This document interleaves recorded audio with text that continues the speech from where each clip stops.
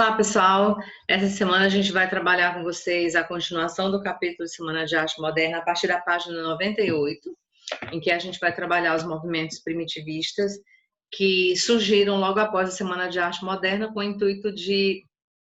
Opa, boca sujinha de açaí aqui. Com o intuito de divulgar, né, de continuar a divulgação da Semana de Arte Moderna para que ela ganhasse notoriedade.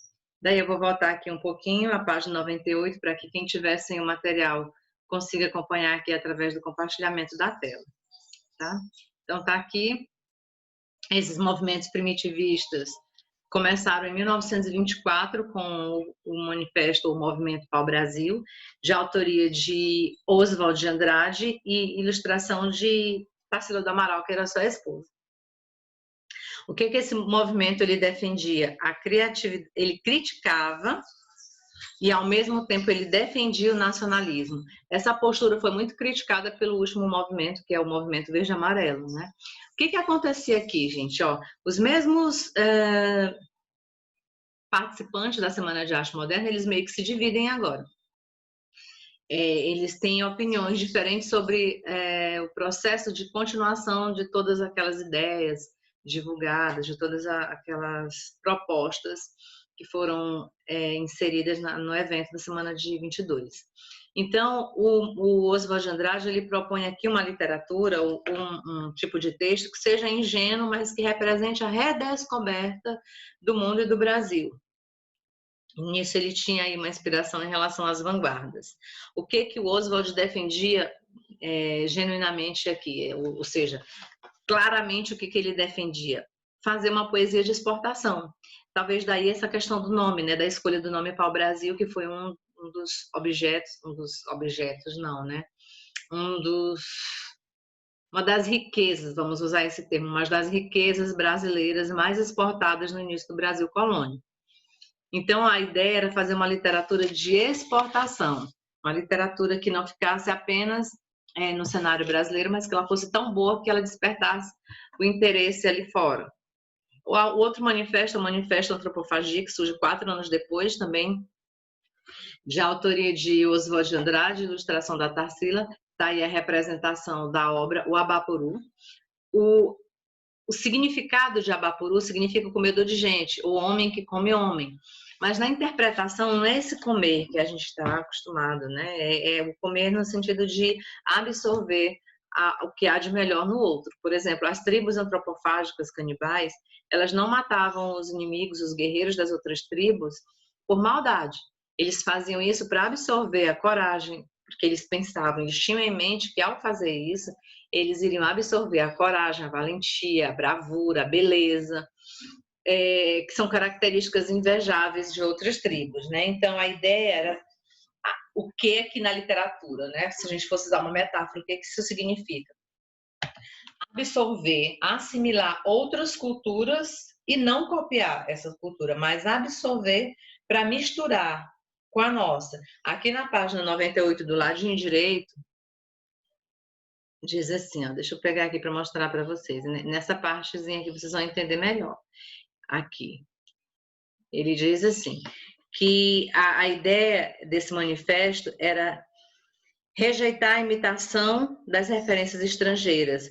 Então, a ideia não era imitar, era devorar, deglutir essa cultura estrangeira, assim como as tribos indígenas faziam seus rituais antropofágicos, né?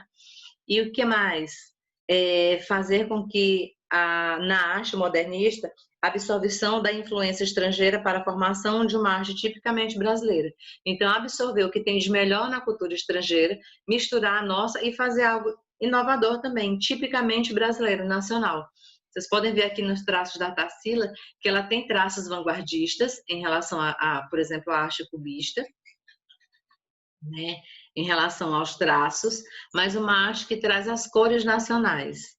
Traço aliás, uma tela bem nacional, mas que tem aí um cunho, uma influência estrangeira. E o último manifesto é o Manifesto Verde e Amarelo. Deixa só um minutinho, pessoal, colocar o tempo aqui para mim, para eu me orientar. Pronto. O manifesto ou o movimento Verde e Amarelo, ele surge entre 1924 e o Manifesto Anta em 1928, e tem como representantes aqui o Menotti Del Pique, o Plínio Salgado, Guilherme Almeida, o Cassiano Ricardo.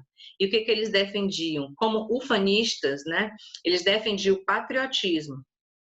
Em relação a isso, eles eram contrários ao Manifesto Pau-Brasil, porque o Manifesto Pau-Brasil era a favor e contra o nacionalismo ao mesmo tempo. Eles criticavam e defendiam o nacionalismo. E, em seguida aos manifestos, surge o primeiro momento, né, do modernismo, a primeira geração com 3 autores, o Oswald de Andrade, o Mário de Andrade e o Manuel Bandeira. O Oswald de Andrade é um paulista formado em Direito, de família tradicional, educação privilegiada.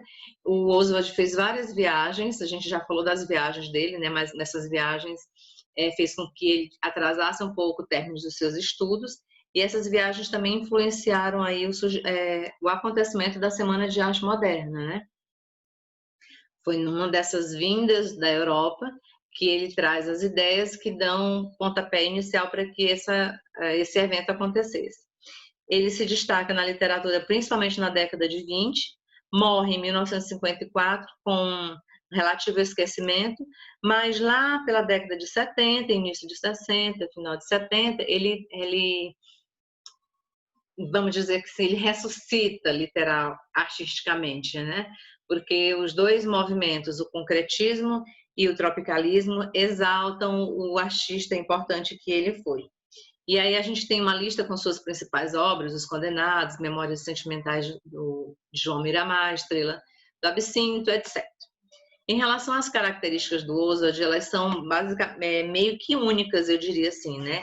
Ele se destaca porque ele escreve de uma maneira muito inovadora para aquela época. A característica fundamental dele, por exemplo, é ser o anti, né? O contrário a tudo. Ele é anticonvencional, ele é antiformal e ele é anti-estabelecido. A ideia dele o tempo todo era criar algo que destruísse o tradicional, o antigo, e ele renova a literatura como uma nova linguagem. O que ele procura na sua poesia? Fixar exatamente essa nova linguagem literária que agora estava fixada ou inspirada na fala do povo, no linguajar, no cotidiano, com o objetivo de sintetizar os poemas para reduzir ele ao máximo e atingir aquilo que fosse essencial. E por conta dessa redução, dessa síntese, muitos dos seus trabalhos recebem os nomes de poemas pílulas ou poema minuto, que são esses poemas curtinhos que vocês têm aí do lado direito. Poemas que têm como característica o sarcasmo, a ironia e o humor, que também são traços bem marcantes do trabalho de Oswald de Andrade. Eu acho esse capítulo, esse parágrafo aqui bastante interessante quando ele fala da principal impressão que fica do trabalho dele, que é o tom debochado e combativo.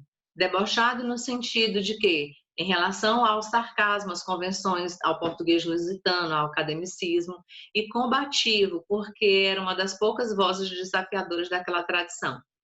Em relação à prosa, né, a sua ficção, o destaque aqui foi para 2 obras, Memórias Sentimentais de João Miramar e Serafim Ponte Grande, que são obras que têm como principal característica a mistura de prosa e poesia. A gente está lendo ali e não sabe se trata de poesia ou de um romance. Em relação aos capítulos desses livros, havia também uma inovação, porque ora eles eram fragmentários, né, como se houvesse uma mistura de vários capítulos em um só, e também a questão da técnica da colagem, que é essa técnica muito semelhante àquilo que acontece no cinema, quando uma cena é interrompida e entra outra sem nenhum nexo, né? Construindo diversos núcleos, mas sem nenhuma conexão de sentido entre eles. Os seus textos ficcionais, eles eram recheados de neologismos. O que são neologismos? São palavras inventadas que a gente não encontra o seu significado no dicionário. Também cheio de metáforas inusitadas, desafiadoras, de desobediência às regras gramaticais, nada de pontuação, de regras, nada. Além disso, ele utilizava também vários níveis de linguagem. Ele misturava o nível culto com o popular, com o técnico, acadêmico, caipira e etc. E a utilização de frases, clichês, piadas e palavrões também. Veja quantas inovações, né, no trabalho de um escritor só. Em relação a essa obra, Memórias Sentimentais de João Miramar, Resumidamente, assim, de uma maneira bem rápida, depois vocês leiam com mais atenção, ele conta a história de João Miramar, que é esse jovem que depois de várias aventuras amorosas na Europa, ele volta ao Brasil porque a sua mãe morre e casa-se com a prima dele chamada Célia, onde ele assume a fazenda de café da tia, que é onde ele tira o sustento para manter os seus luxos, né, a sua vida no Rio de Janeiro. Tempos depois ele instala-se num bairro chique de São Paulo, ele se muda e vai para Indianópolis. Lá ele tem um caso extraconjugal com uma atriz, só que a sua esposa descobre, se separa dele, ele perde a guarda da filha. Mas tempo depois a mãe da sua esposa, né, a sua sogra vem a falecer, a sua ex-sogra vem a falecer, deixando toda a herança para ela. Tempos mais tarde, quem morre é a sua ex-esposa e a guarda da filha, e toda a herança volta para ele, e ele desiste de contar as suas memórias e termina a história. Para vocês verem como assim a técnica da colagem, né? Do nada ele está narrando, ele resolve parar e termina a história. O nosso outro autor é o Mário de Andrade, um escritor apaixonado pela cidade de São Paulo, formado pelo Conservatório Musical, professor de História da Música, era um grande apaixonado pela cultura brasileira. E o que ele fez no seu trabalho? Buscou pesquisar, preservar a nossa e encontrar a nossa identidade nacional através de todo o seu trabalho como poeta, romancista, contista, crítico, professor, pesquisador e grande teórico. As principais obras de Mário de Andrade vocês encontram aqui nessa lista, dividida em três: poesia, em três partes, né? Poesia, prosa e ensaios. E nesse quadro do prefácio interessantíssimo, ele meio que se caracteriza, né? Ele diz que não é futurista como Marinetti e que as pessoas que chamam ele de futurista estão errado, que escrever para ele arte moderna não significa jamais representar a vida atual exterior, tratando dos automóveis, de todas as descobertas e surgimento de que estava acontecendo naquela época. Em relação à poesia de Oswald de Andrade, o que a gente percebe? O destaque para Paulicéia Desvairada, que ele tem aí o simultaneísmo e a elipse como destaque de característica. O simultaneísmo é uma narração de acontecimentos em lugares diferentes. E a elipse é a omissão de algo que fica subtendido no texto, né? E pelo próprio nome, Paulicéia Desvairada, o que a gente vai perceber é a homenagem dele à cidade de São Paulo, quando ele vai falar do progresso, dos imigrantes, das transformações, da garoa, de tudo que lembra São Paulo, fazendo aí uma coxa de retalhos dessa cidade. Em Paulicéia Desvairada, a gente percebe a devoção dele pela cidade, é a ironia em relação aos habitantes. Essa parte que é a ironia em relação aos habitantes é constante nos trabalhos dele, nos trabalhos de Oswald de Andrade. A gente vai ver isso também em Losango CAC. E uma obra em Losango CAC e Clã do Jabuti. Losango CAC é uma obra que ele trabalha a introspecção, a subjetividade muito semelhante ao romantismo. Em Clã do Jabuti ele assume o nacionalismo estético e pitoresco na busca de uma identidade nacional. Na prosa de Oswald de Andrade, o que a gente percebe? Um destaque para falar sobre a classe média paulistana e o privativismo de fundo folclórico popular. Então, ele vai dividir essa obra entre retratar a classe média paulistana e falar do folclore e as lendas, o popular do nosso país. Aqui diz assim, universo familiar de classe média paulistana.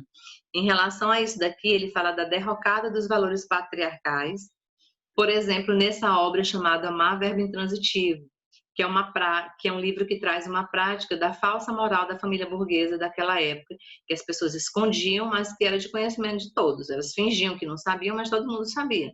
O que era essa falsa moral? A contratação de mulheres especializadas na iniciação sexual de jovens filhos desses burgueses. Qual que era o objetivo desses pais que contratavam essa mulher? Era evitar que o filho contraísse com algum tipo de doença venérea. Além disso, que eles não se apaixonassem por pessoas que não pertencessem à mesma classe social e que também eles se preparassem sexualmente para a primeira noite, né, a noite de núpcias. O exemplo aqui fica com o fazendeiro Felisberto Souza Costa, que é o pai de Carlos, que contrata uma alemã chamada Elsa, de 35 anos, para se relacionar com o seu filho de 15. Só que ela entra na família, claro, com disfarce de governanta, porque a mulher dele não sabe de nada, e ela vai ensinar alemão para ele, e para os irmãos mais novos vai dar aula de piano. Só que o jovem ele não sabia das intenções do pai. E aos poucos ela vai envolvendo o Carlos, vai ficando com ele, só que ela descobre que não é a primeira vez que ele tem um relacionamento e sente ciúmes, e daí ela se incomoda porque ela percebe que estava se apaixonando por ele. E aí eles vão se encontrando mais vezes, mais frequente, e o pai descobre que ele já tá bom, né? Já compensa os 8 contos de réis que ele ia pagar e está na hora dela ir embora antes que aconteça o que ele não quer, que é que ele se apaixone por alguém que não pertence à mesma classe social. E como é que ele ia fazer? Qual desculpa que ele ia dar para a esposa dele para fazer essa demissão? Ele tem um plano que é criar um flagra para que a esposa pegue a Laura com o filho e assim venha ter uma justificativa para demiti-la por justa causa. Aí o final da história é o Carlos cuidando da própria vida dele, seguindo a sua vida adiante, e a Elsa continuando a sua vida como prostituta disfarçada. O primitivismo de fundo folclórico e popular fala aqui sobre, na obra Macunaíma, onde a gente percebe a busca do nacional, quando ele trata de uma lenda indígena, só que é uma lenda indígena que agrega outras lendas, como a lenda sertaneja e a lenda cabocla. Ele faz uma reelaboração, né, com o fim de apresentar um painel da cultura brasileira. O enredo dessa história, desse livro, ele não segue os padrões de verossimilhança tradicional, da narrativa ocidental. É um texto muito difícil de ser lido, tem pessoas que desistem da leitura, tem pessoas que leem 3 vezes para poder entender. É uma história que não tem nexo, ela não segue a ordem linear que a gente está habituado a fazer a leitura.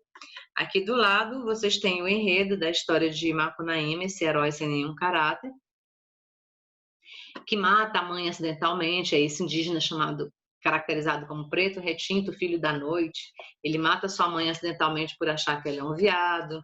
Ele faz uma viagem com seus irmãos, uma viagem sem destino, e passa por vários locais, como na Amazônia ele encontra Si, ele ganha o filho dela e um amuleto que é uma pedra chamada Muiraquitã, que é muito relevante dentro da história.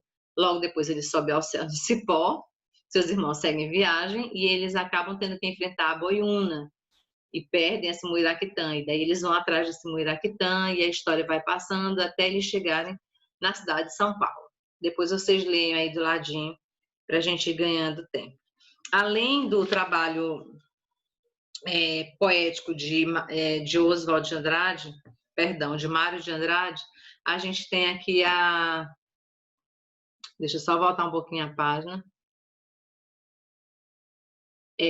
O destaque que eu queria dar para vocês sobre o trabalho de Oswald de Andrade e chamar a atenção para que vocês prestem bastante atenção aqui em relação a essa situação do valor que ele dá ao folclore nacional, ao popular, a busca dessa identidade do povo brasileiro através dessas lendas, através dessas tribos, do sertanejo, do caboclo, do índio, tá? Vamos lá, pessoal, ao último autor desse capítulo, que é o Manuel Bandeira, né? Lembrando que a obra Macunaíma faz uma busca da síntese do povo brasileiro, como diz ali no finalzinho, eu esqueci de falar. E a gente vai ver agora um pouquinho as características de Manuel Bandeira, um escritor de Recife que teve vários problemas de saúde que influenciaram aí a sua obra, o seu trabalho, a sua literatura.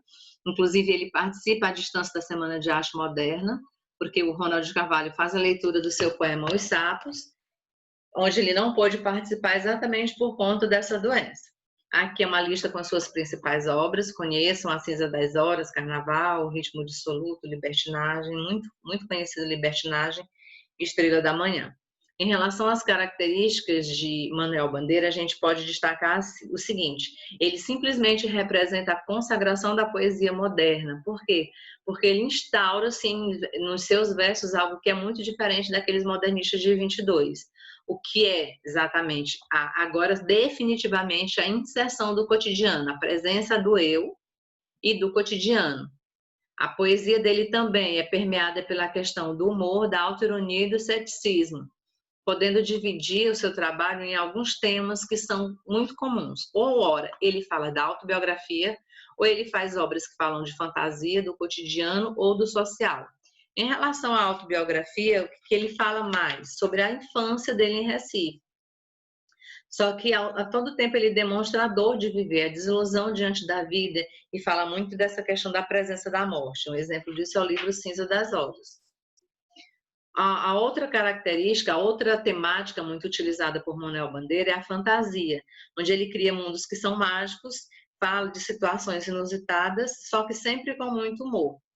E que a gente vê constantemente a autoironia, né, ele ironizando a própria situação, a própria condição de saúde dele, e a impossibilidade de concretizar essa fantasia. Ele fala nos seus trabalhos, nos seus diversos poemas, sobre as fantasias que ele tem em relação a algumas mulheres, e a gente percebe isso em Vou-me embora para Passárgada. Ele disse aqui no iníciozinho, vou-me embora para Passárgada, lá sou amigo do rei, lá tenho a mulher que quero, na cama que escolherei.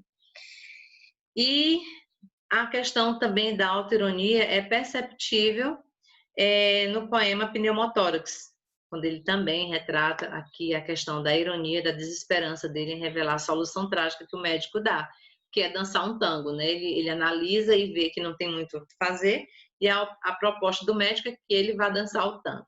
A outra temática é o cotidiano, o prosaico, relacionado à prosa. O banal, o diário ganha uma profundidade aqui, onde cenas que passam despercebidas aos olhos das pessoas ganham destaque no trabalho de Manuel Bandeira. E o último tema é a questão da poesia social, em que ele denuncia problemas sociais como nos livros O Menino Carvoeiro e O Bicho. Nos livros não, nos poemas. Tá, gente? Então, encerrando aqui esse capítulo para que a gente possa ter tempos hábeis para trabalhar o outro capítulo que também vai cair na prova de vocês. Eu vou apresentar aqui e vocês vão tirar as dúvidas comigo de nossa aula de quinta-feira. Tá aqui, ó. Começando, vou pular a primeira página com o poema de Carlos Drummond de Andrade, para destacar aqui com vocês o contexto histórico. Na verdade, eu vou chamar a atenção para alguns apontamentos. Por exemplo, a segunda fase do modernismo, ela é considerada a fase de ouro da literatura brasileira, a poesia brasileira, porque ela reúne nada mais, nada menos que os maiores nomes: Murilo Mendes, Cecília Meirelles, Jorge Lima, Mário Quintana, Carlos Drummond de Andrade e Vinícius de Moraes. Que a gente tem uma produção que vai de 1930 a 1987 e que tem os trabalhos influenciados por alguns contextos, como a quebra da Bolsa de Valores de Nova York em 1924, a Revolução de 30, a subida de Getúlio Vargas, aquele período de liberdade reduzida, né, por conta da ditadura, do Estado Novo, a criação do DIP e a formação de alguns movimentos. No campo da poesia, o que a gente vê? Um período de afirmações, que são as conquistas da semana de 22, ou seja, os poetas agora eles não querem mais conquistar nada, eles querem apenas firmar aquilo que já fora conquistado lá no passado. Então, como características principais desses autores, o que a gente tem aqui? A consolidação dessas conquistas, né, pela vanguarda modernista. Agora eles não querem mais criar nada, eles querem apenas fixar. Tudo que já havia para ser conquistado já havia sido atingido, e essa geração caracteriza-se por não mais ser destrutiva, mas ser considerada a geração construtiva ou madura. E a gente começa apresentando aqui para vocês 6 autores. Conheçam Murilo Mendes, um escritor de Minas Gerais, que tem como principais obras uma listinha considerável aqui de poemas, como Tempo e Eternidade, que ele trabalha em parceria com Jorge Lima, que é muito importante, a Poesia em Pânico, as Metamorfoses. Mas vamos ao destaque as suas características. E as características que a gente vai destacar aqui sobre ele é sobre o estilo dele ser muito semelhante ao estilo de Oswald de Andrade, no sentido de criar poemas que são considerados para a época irreverentes e bem-humorados, e os poemas piadas. Um dos mais célebres, inclusive, é a Canção do Exílio, que foi um dos poemas mais parodiados da história da literatura brasileira. Essa geração de 30... perdão, vou descer aqui um pouquinho, não era ali não, era aqui.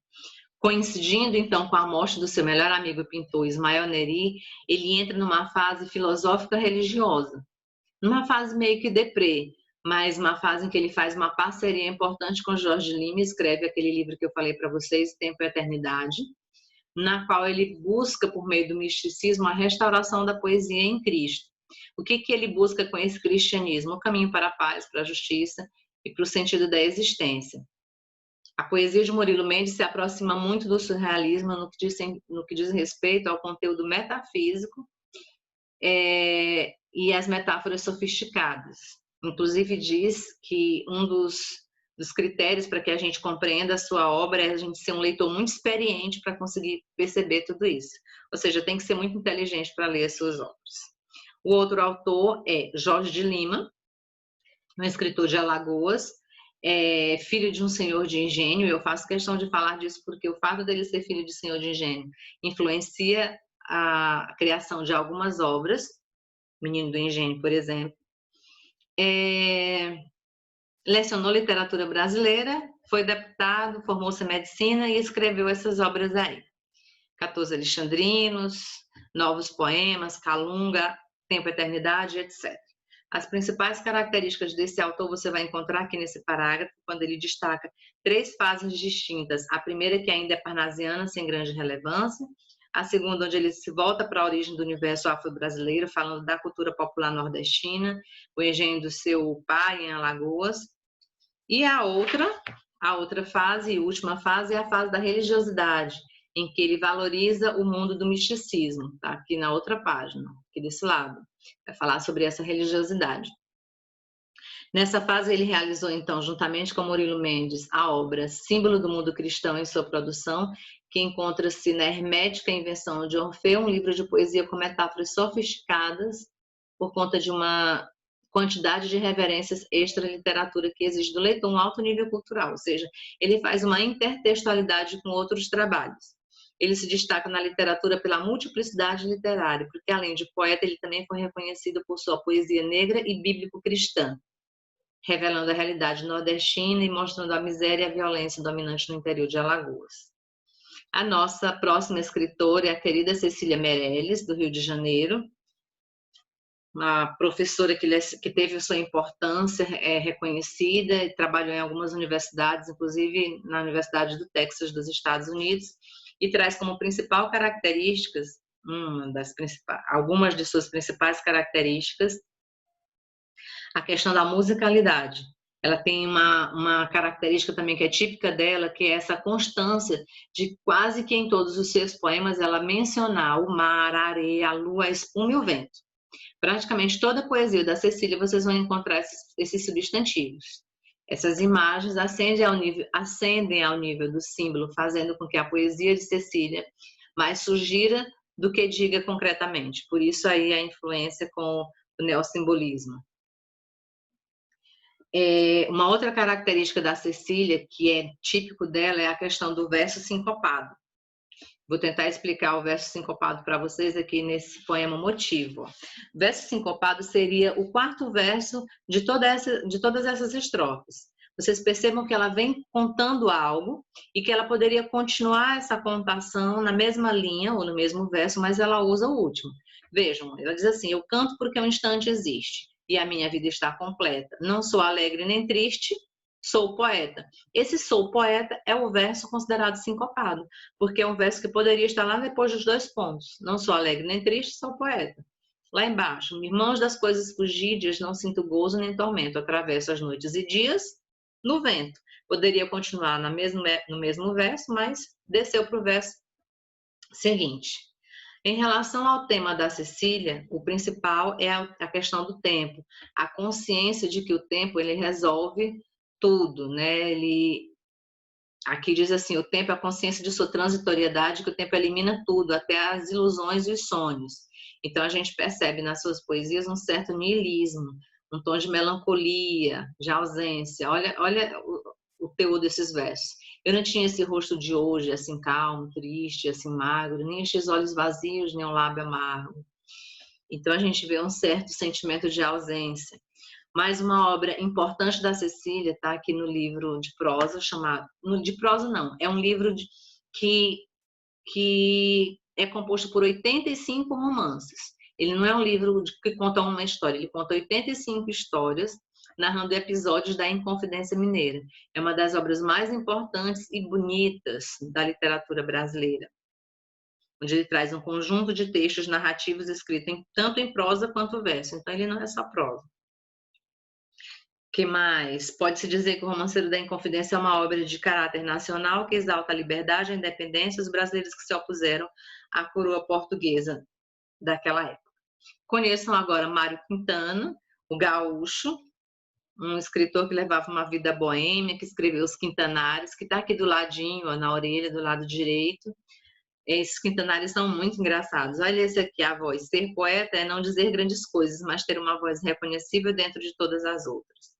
Tem dos leitores, há leitores que acham bom o que a gente escreve, há outros que sempre acham que poderia ser melhor, mas na verdade até hoje não pude saber qual das duas espécies irrita mais. E aí são os quintanários, que são pequenos poemas que se perpetuaram. O Mário Quintana tinha uma vida boêmia, ele traduziu várias obras de alguns escritores consagrados, e mesmo sendo consagrado nacionalmente, ele morre em péssimas condições. Aqui é a lista das suas principais obras, ó, uma listinha considerável também. E em relação às suas principais características e temas, a gente pode dizer que ele tem uma poesia crespular, de herança simbolista. Crespular de herança simbolista significa assim, que ele vai falar muito da questão do misticismo, ele não fala de fatos concretos, mas dessa coisa do pensamento, do sentimento. Ele vai questionar a amargura, a melancolia da existência das pessoas, ele vai questionar tudo, né?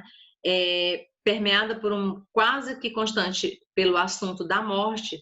A obra desse autor mistura vida real e cotidiana, do banal ao prosaico, do universo onírico à fantasia, ou seja, ele vai falar dos sonhos, da fantasia, ele foge dessa questão do mundo real. Ele tem uma linguagem simples, um estilo simples, com uma linguagem que mistura lírica tradicional e uma simplicidade linguística. O nosso penúltimo escritor é o querido Carlos Drummond de Andrade, que inicia, né, o nosso capítulo com, deixa eu ver, com o poema das Sete Faces. O Carlos Drummond de Andrade era mineiro, formou-se em farmácia, mas ele nunca exerceu essa profissão. Em 1987 ocorre um fato que é interessante e relevante para o trabalho dele, que é a morte da sua filha. Para o trabalho dele não, para a vida pessoal dele mesmo, porque após a morte da sua filha, pouco tempo depois ele vem a falecer, precisamente 12 dias depois ele vem a falecer com complicações cardíacas. Uma lista com as principais obras de Mário Gente, Carlos Drummond de Andrade. São tantos Andrades aqui hoje, né? Então, Carlos Drummond de Andrade está aqui, e em relação às suas características, o que a gente tem? Linguagem que mescla tanto o sentido coloquial quanto o sentido elevado, caracteriza-se fundamentalmente pela ideia do gauche, ou seja, daquilo que é de esquerda, daquilo que é errado, torto, anormal. E a gente percebe esse exemplo lá no poema das Sete Faces, o poema inicial. O que motiva também tal ideia da sensação de perda de alguns de seus poemas nos passam, perda das ilusões em consequência da corrosão dos valores humanos. Mais uma característica de Carlos Drummond de Andrade que é perceptível nos seus trabalhos é a questão do humor. Aquele humor sutil, né? Não é aquele humor de, eu li uma piada, vou morrer de rir. Mas é humor em relação ao desconforto, o humor do desconforto, da certeza dos problemas existentes, certeza das coisas ruins que a gente tem constantemente, como está exemplificado no meio do caminho, de uma pedra no meio do caminho de uma pedra, ou seja, a gente tem sempre problemas, esses problemas se resolvem, depois surgem outros problemas e a gente está sempre resolvendo problemas. Em relação aos temas de Carlos Drummond de Andrade, o destaque vai para o passado, onde ele busca no passado familiar explicação para o presente, para os questionamentos que ele tem, né, para as dúvidas, para os conflitos, e ele busca na figura do pai sempre a explicação para tudo isso. Então a gente tem o passado, o amor, que também é abordado em sua poesia, como uma carência muito afetiva, ele busca a completude através desse amor. Um outro tema é a solidão, tá aqui. E mesmo com esses temas, apesar desses temas nada a ver, né, que é o passado, o amor e a solidão, ele também tem uma poesia de cunho coletivo, né, como é que a gente chama? Social, porque essas outras parecem mais individualistas, mas ele tem também um exemplo que é o livro A Rosa do Povo, onde ele mostra a fraternidade e o engajamento como pedras fundamentais de seus poemas, usando aí a poesia, né, como arte de combate. E aí vocês têm vários exemplos de obras que são muito importantes de Carlos Drummond de Andrade, José, Amar, né? Temos aqui na página anterior Mãos Dadas, e na página 119 uma explicaçãozinha sobre a Rosa do Povo, que é uma das obras que caiu no vestibular da UEMA em edições anteriores. O poema também, Amar, que está no livro Claro Enigma, reflete o período marcado pelo desencanto político. Então, ele teve essa poesia de reflexão filosófica, metafísica, social, individualista, ele meio que é múltiplo, né, diríamos assim. E o nosso último autor, conheçam o poetinha Marcos Vinícius da Cruz e Melo Moraes, Vinícius de Moraes, carioca, formado em Direito, diplomata, viajou por vários países do mundo, mas o destaque dele é a música, né? O Vinícius de Moraes, ele é um dos fundadores da Bossa Nova, em parceria com alguns escritores, com alguns compositores, como João Gilberto, Tom Jobim, e foi essa aproximação dele com a música que fez com que ele modernizasse o nosso poema, o nosso soneto. Algumas características de Vinícius, está aqui, ó, a divisão da sua obra em duas fases. A primeira, onde ele aborda o amor transcendental e espiritual, um amor que não é concretizado, e ele escreve versos muito longos, com uma linguagem muito, aqui diz nebulosa, eu diria muito rebuscada. E a segunda fase mais madura, que é o momento da poesia dele. É o período em que ele começa a produzir, é o grande momento da poesia dele, porque ele começa a produzir letras de músicas, especialmente para a Bossa Nova, que era um estilo que estava nascendo ali no Rio de Janeiro. Aí nessa fase os versos são mais curtos, ele fala agora não mais do mundo transcendental, mas do mundo real, material, concreto, em que o amor é concretizado e a linguagem passa lá daquele estilo sublime para um estilo coloquial, muito simples, com versos mais curtos. Ele é chamado carinhosamente de poetinha pelos seus amigos. A poesia de Vinícius é ao mesmo tempo emotiva, sentimental, delicada, sensorial e, acima de tudo, musical. Então, a música, o relacionamento dele com a música influenciou bastante a sua poesia, o seu trabalho. E, por fim, também tem a poesia de cunho social, de engajamento, né? A Rosa de Hiroshima é um exemplo, em que ele faz denúncia social. E diríamos que o Vinícius de Moraes, ele renova o soneto. A gente vê aqui, ó, na página 122, nesse primeiro parágrafo, dizendo assim: vimos que os dois poemas líricos são sonetos, que são esses sonetos da página anterior, o soneto de separação e o soneto de fidelidade, um dos mais famosos de Vinícius.